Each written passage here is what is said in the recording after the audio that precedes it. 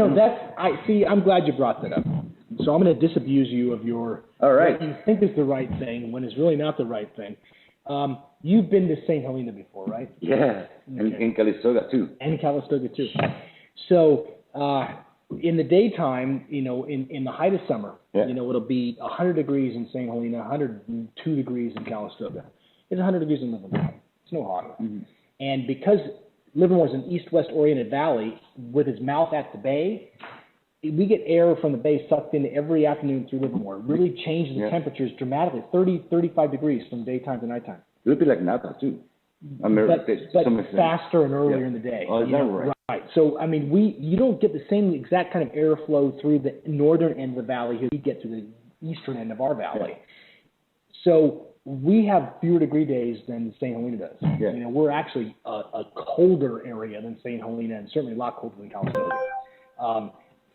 In terms of temperature differentials and the like. It's perfectly suited for Cabernet. Yeah. It's as suited for Cabernet as Napa Valley is.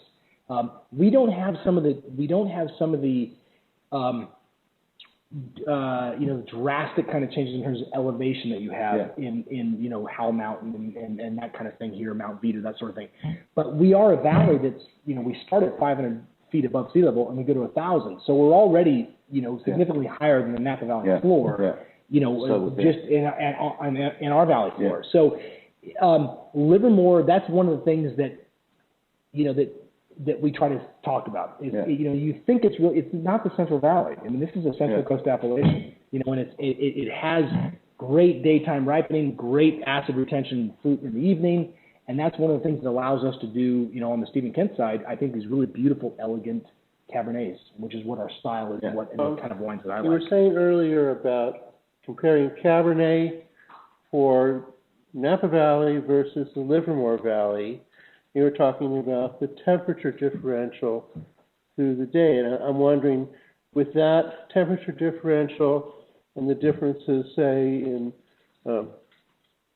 mist or fog, do you have, for those vineyards in the Livermore Valley, do you have more hours of luminance in the growing season, and do you have more days in the growing season? And that's a geeky question. The Livermore Valley doesn't really get much fog during the growing season. That's what I thought. We'll get it, after harvest. We'll get it in the springtime.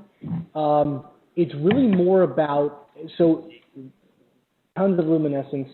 Lots of solar energy into the fruit all the time in Livermore.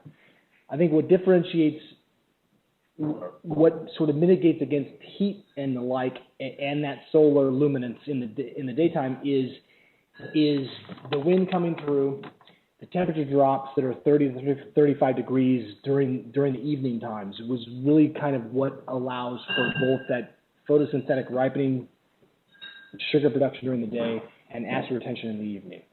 Not the same sort of thing that you might get from the Santa Lucia Highlands for Pinot, for instance.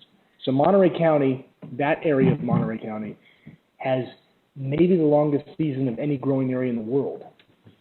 It's a function of wind there. It's a function of a lot of fog during the morning and being above fog line or not being above fog line, and how long that you actually have sunlight before the winds that come from Monterey Bay down come roaring down the valley, shut the stomata down and stop photosynthesis. That's an area that's much more weather related and much more related to morning fog and the like than Livermore Valley as a growing area is.